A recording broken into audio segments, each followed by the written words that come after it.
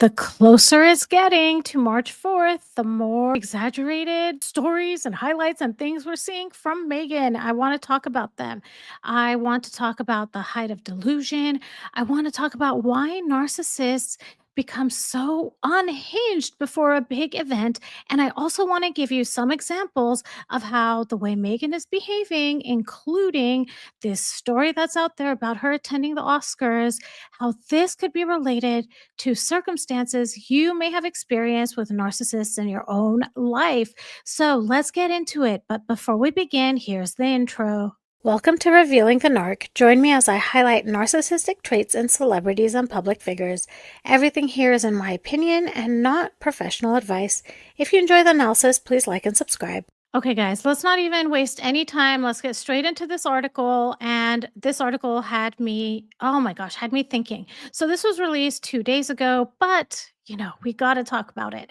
The article is titled Meghan Markle attending Oscars will be clever PR move ahead of Netflix release. PR guru Lynn Carrat has said the Oscars red carpet this Sunday could be the perfect place for Meghan Markle to promote her new Netflix series, which will be released on March 4th. Let's just remember this isn't someone that's associated with the Oscars that's talking about it. Right off the bat, we know this is someone who's offering their opinion. Yeah, it would be great if Meghan could attend the Oscars. It would be great for her show. Yeah, it would also be great for Meghan if she could fly to the moon, and that would bring her great, I don't know, advertisement to make people watch her show. It's a complete speculation and highly unlikely, in my opinion. Okay, the article begins. The event, which will be held at the Dolby Theater in Los Angeles on Sunday, March 2nd, will celebrate the work that unites us as a global film community and acknowledge those who fought so bravely against the wildfires. Last year, the Duke and Duchess of Sussex didn't attend the Oscars, but since they live in Montecito, California, and were actively supporting those hit by the tragic fires last month, there has been speculation they could attend the ceremony later this week. You guys, okay, so I've mentioned I live very close to those LA fires. My family is nearby. The places that have burned down are my childhood stomping grounds. I'm really passionate about this whole thing, and I cannot handle Meghan with this. I cannot handle it. She and just to reiterate what I've said before, there were two fires, the Palisades fire and the Eaton fire. I grew up near the Eaton fire, and there's probably about, I don't know, a 40 to 50-mile difference between the two, with the Eaton fires happening eastward. Pacific Palisades is much closer to Montecito and is much closer to the stomping grounds Meghan Markle grew up in. So if Meghan was going to visit any fire site, it should have been something associated with Pacific Palisades, which begs the question, why in the world did she choose the Altadena Pasadena fires? It's because they were probably the only ones that allowed her to do it. I mean, I can't think of any other reason. And when it says here to acknowledge the people who fought bravely against the wildfires, do you think of Harry and Meghan, or do you think of the first responders? That's who I think of, the first responders.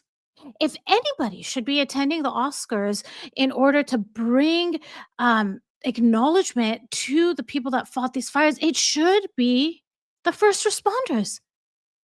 And let me tell you, if Meghan and Harry are invited in order for this reason and they accept to go, shame on them. I have been invited many places, and when I recognize it's not my place to go, guess what? I'm not going.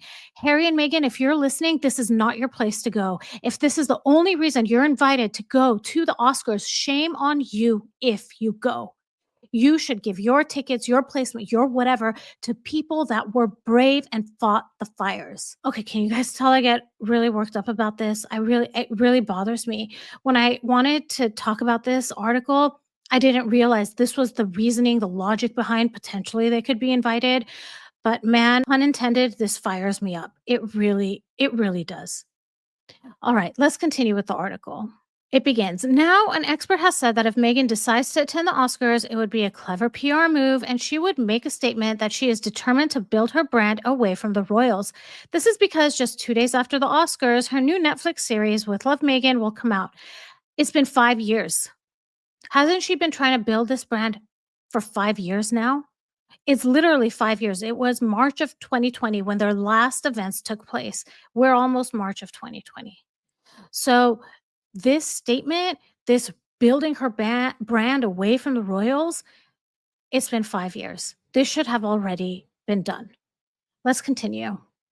PR guru Lynn Currat said the Academy Awards red carpet could be the perfect place for the former Suits actress to plug her latest project, and an appearance at the Oscars would have people talking, putting all eyes on her, and bringing attention to her new series.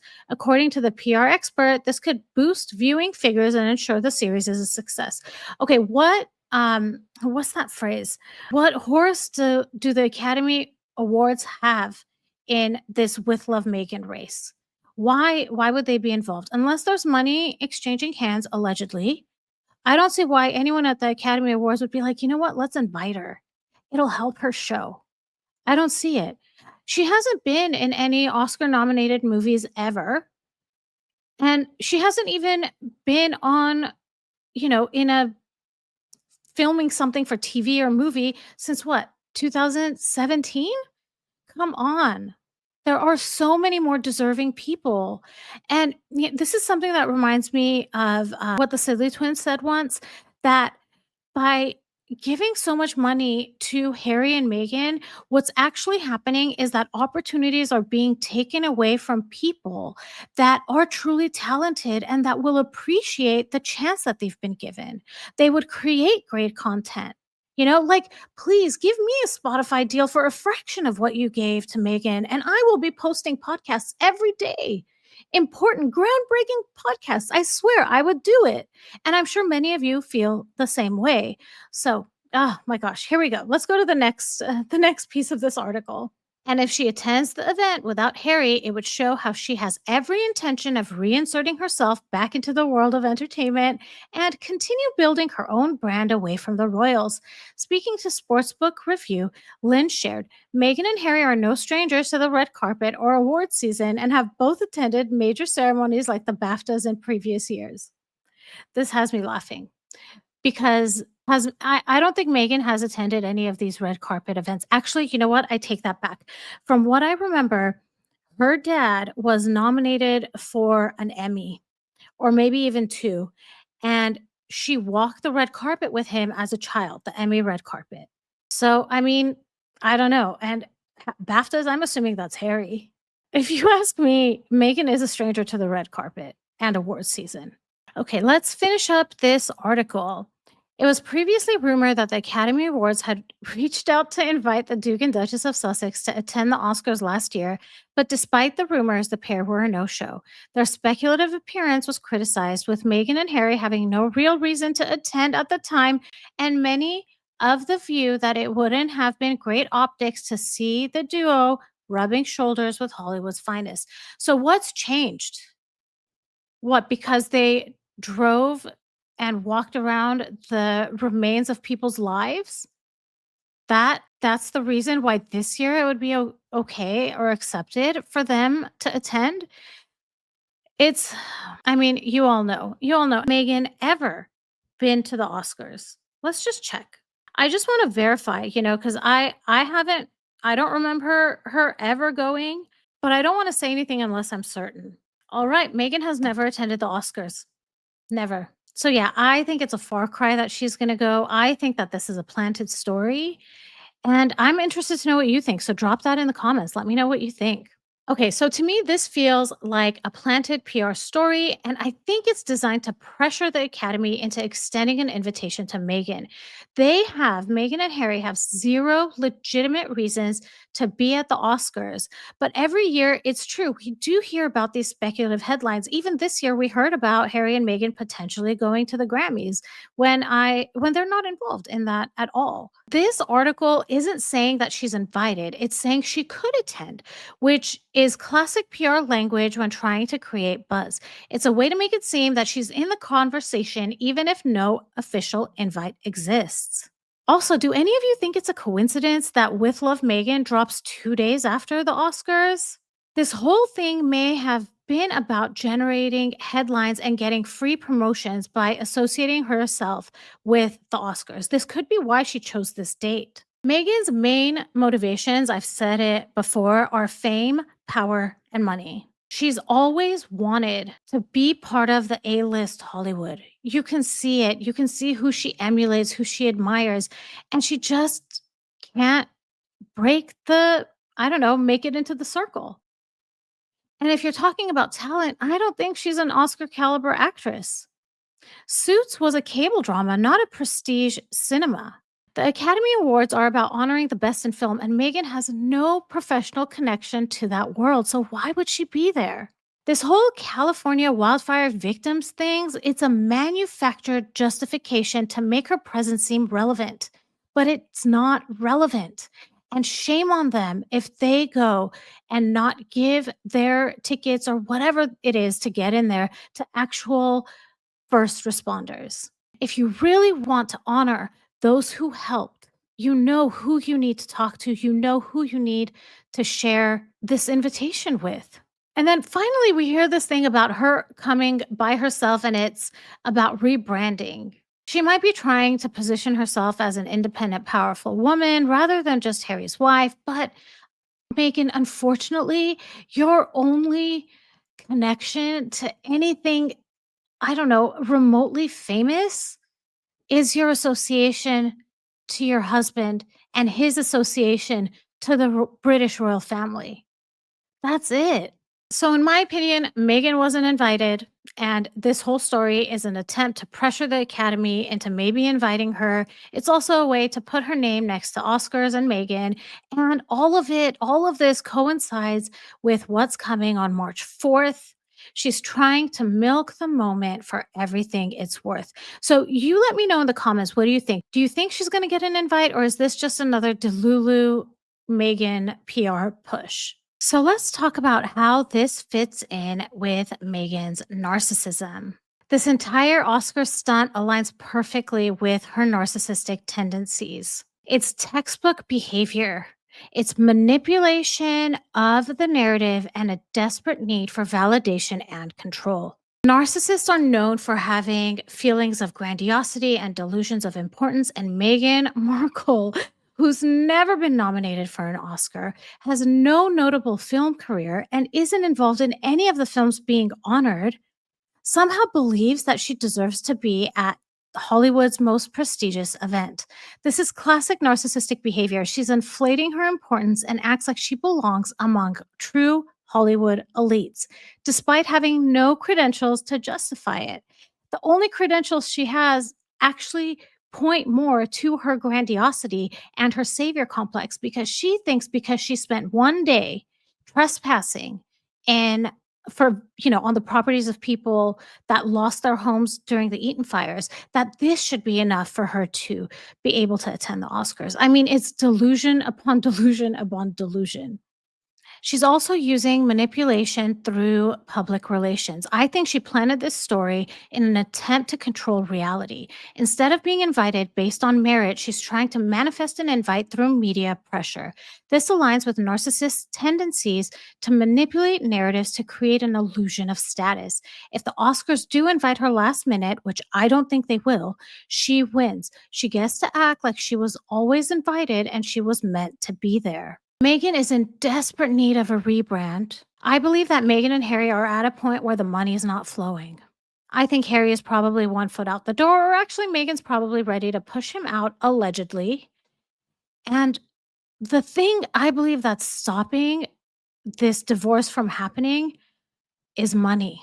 Meghan is trying everything she can, in my opinion, to try to establish herself as her own person so that she can generate revenue and rewrite her image from failed royal to glamorous Hollywood insider. This could also be another Diana cosplay moment. Now, listen to me here, and I might be stretching, so you guys let me know what you think. But Diana, when I think about Diana and her most like iconic media stories, I think of the revenge dress and how she showed up as this powerful, beautiful woman without her husband. And that was the day that the news dropped that her husband had been cheating on her. So could this be another time that Meghan thinks, if I show up alone, I'm going to reinforce the image of myself as an independent, powerful woman, forging my own path, something that Diana actually did. And finally, what happens if she's not invited? She gets to play the victim again. I honestly wouldn't be surprised if suddenly we hear stories about how Hollywood is excluding her or how powerful forces are keeping her out.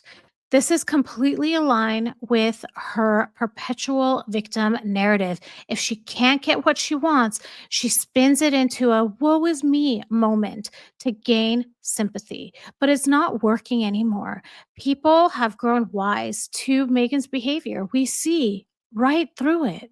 In early January, I was talking about how Megan's behavior would get more and more erratic the closer we get to the release date. And at that time, the release date was January 15. Well, now that it's March 4, I see that there's this ramping up of desperation, delusion, and this pure chaos that we're seeing. This is classic narcissistic behavior when they feel their grand plans aren't getting the reaction they expected. So, here are just a couple of examples of how Megan has become more and more unhinged as March approaches. We saw just a couple days ago of her wearing that Northwestern sweater, which was a nod to Princess Diana. Out of nowhere, she wears the exact same sweater just before a major Northwestern alumni event. So, I mentioned that in a previous video that on Sunday, the 23rd, that was the day that Megan wore the Northwestern sweater. That was also the day that another article came out talking about how Meghan wanted to be Diana 2.0. So those two things happened on the same day, which I don't think is a coincidence. And on Tuesday, the 25th, there was actually a worldwide Northwestern alumni event. So I think she was trying to tie herself both to this alumni event and also to Diana wearing that sweater, all in one move. So she's forcing this connection between herself and Diana, and she's also reminding people that she went to Northwestern, allegedly. Then we're seeing, of course, this desperate Oscars PR stunt where she's trying to show people that she could be invited because of all the good works she's done. It's desperate. We see completely through it. There's this cringe-worthy Instagram soft launch that we're seeing. She's dipping her toe back into social media, but she's not very good at videography. What we saw yesterday was her post a video, remove the video, and then post it again about an hour later, and the videos looked identical to me. So, what in the world is going on there? And for the most part, until today, we've had pretty much total silence from Netflix. What we saw today was a behind the scenes look was posted on the Netflix account, Instagram account. So, what this tells me is that I don't think Netflix thinks that this is going to be a massive hit. And I think Megan probably feels that. And that's why her desperation is growing. Now, let's talk about why this happens in general with narcissists, how they can become erratic before a big event or announcement. Narcissists crave control, validation, and admiration. But when a major moment approaches, they start feeling anxious, insecure, and panicked, especially if they sense things would not go their way. There's this fear of losing control.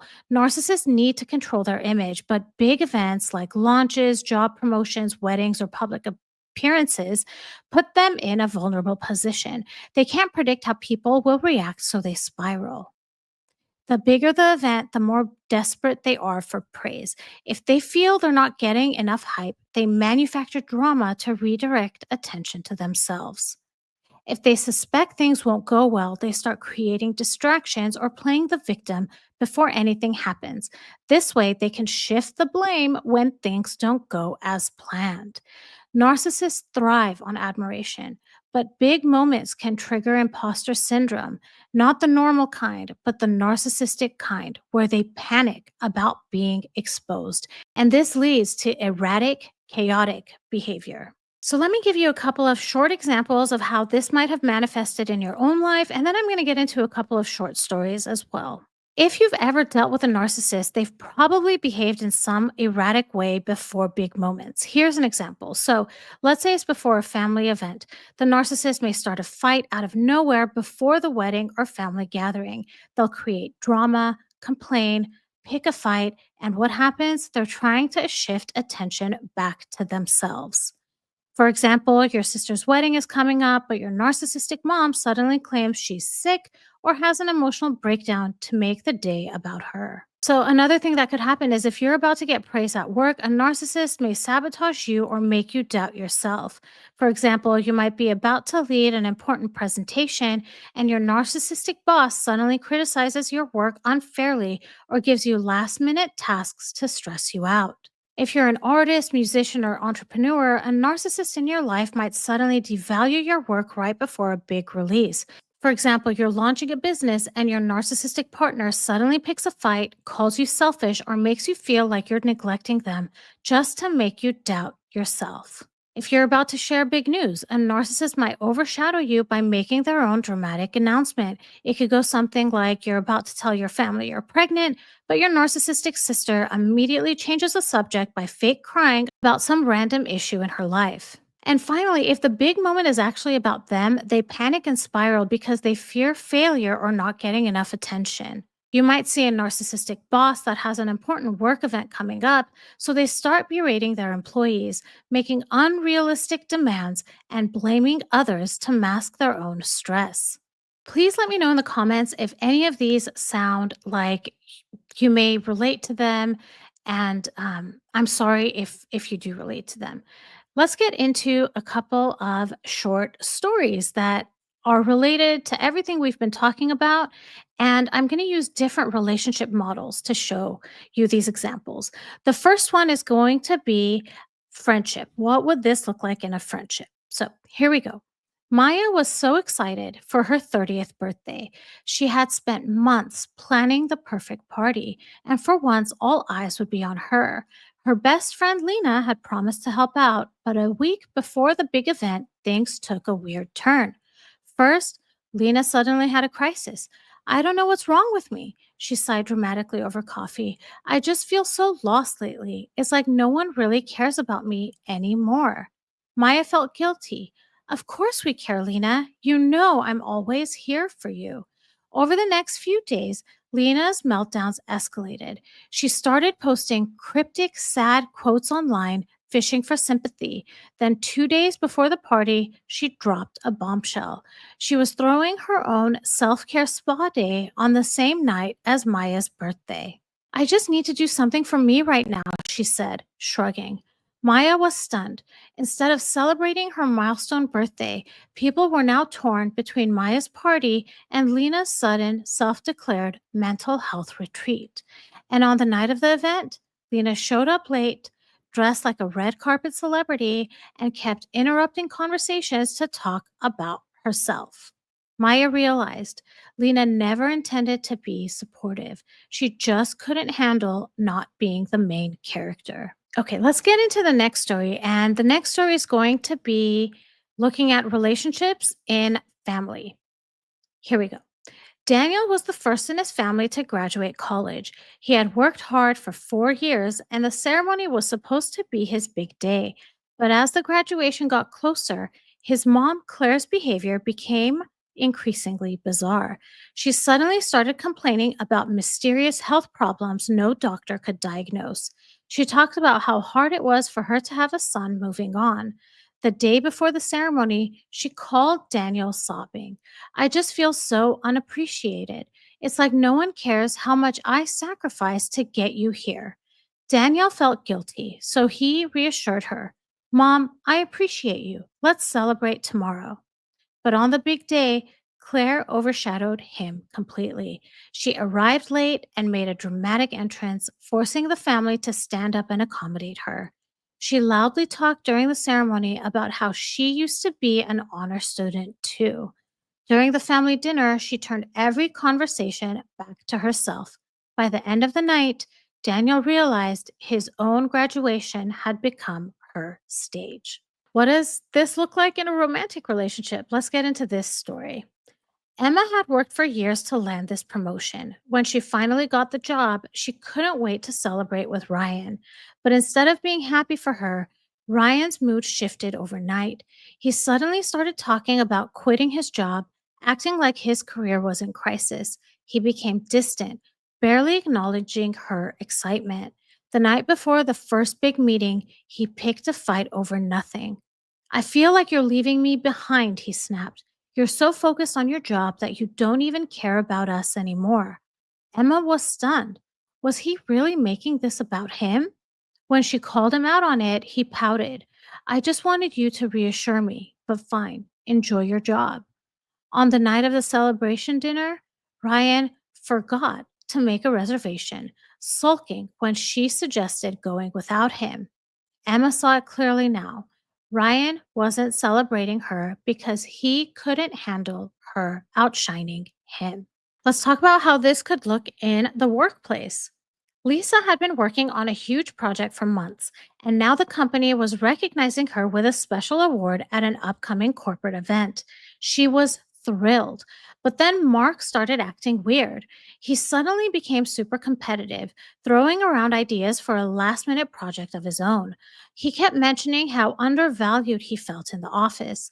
The day before Lisa's award, he scheduled an urgent meeting for the same time as the ceremony. Lisa was shocked. Was he seriously trying to pull people away from her event?